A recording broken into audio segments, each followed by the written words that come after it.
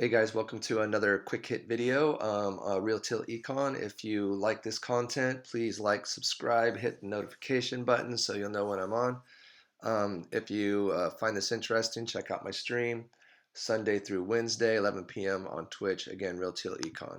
So let's take a quick look at what we're on today. Today we're on changes in aggregate demand. Please notice there are three things that cause a change in aggregate demand: expectations about the future, fiscal policy and monetary policy, the state of the world economy. I mean, at the end of the day, that really adds up to like one, two, three, four, five things. But we listed as three to try to make your life simple. So check this out as I have this little chart I created. Hopefully you find this helpful. Covering change in aggregate demand, future expectations. If future expectations, we believe our income will increase, or we believe things will go well in the future, then we're going to start acting right now like the future is going to be fine. So we have aggregate demand increase, a price level increase, a real GDP increase. Again, that's because we believe the future is going to be better. The opposite is also true. Getting into world economy, there's two things. There's foreign exchange and foreign income. So for the foreign exchange rate, if it increases, meaning the value of the dollar is increasing in the sense that compared to other currency, the more expensive the dollar becomes to a foreign currency exchange, then the aggregate demand will decrease, meaning they get a lower exchange rate on their end. So we will see an aggregate demand decrease, a price level decrease, a real GDP decrease. The opposite is also true. Foreign income is just like how much money are people in other countries making. It's just a given. If somebody in another country, if their income increases, if everybody in Great Britain gets like a new hike in their wage rate, then the aggregate demand for real GDP or American income, American goods will increase. So when another country's income increases, their demand for our products increases. Just the natural, even if it's just one more dollars worth of demand, it's one more. So that's how that looks. The opposite is also true.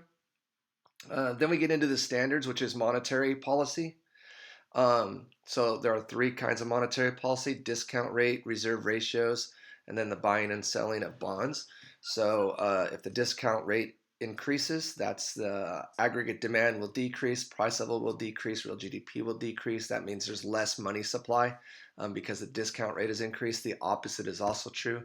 Reserve ratios, we've raised the reserve ratio in the bank. That means lower the money supply. So aggregate demand decreases, price level decrease, real GDP decrease. The opposite is also true. And finally, the buying and selling of bonds. So if they're going to sell bonds, that means they're going to take money out of the supply. So it's going to cause all three of those things to decrease. When they're going to buy bonds, that means they're putting money into the money supply. So all three of those things are going to increase. Finally, we have fiscal policy. We have taxes, we have government spending, and we have transfer payments. So if government increases the taxes, that means we have less money to spend. All three things are going to decrease. The opposite is also true. If government spending decreases, that's less money in the supply chain area. So the aggregate demand, price level, real GDP are all going to decrease again. And transfer payments, the same thing. If we decrease the transfer payments, how much money we're putting into welfare, how much money we're putting into unemployment, then all three things again are going to drop. So the change, that means it's a new curve. It means we're going to shift to the left or shift to the right. They curve based on these three things. So hopefully you find this helpful. Hopefully these little charts I created, these little graphs, I mean, that's basically Econ 101. That's the same stuff I looked at when I was taking Econ 30 years ago. Hopefully this helps you. So again, if you like it, check out more of my videos as I break down AP Econ. This is AP Macro step by step.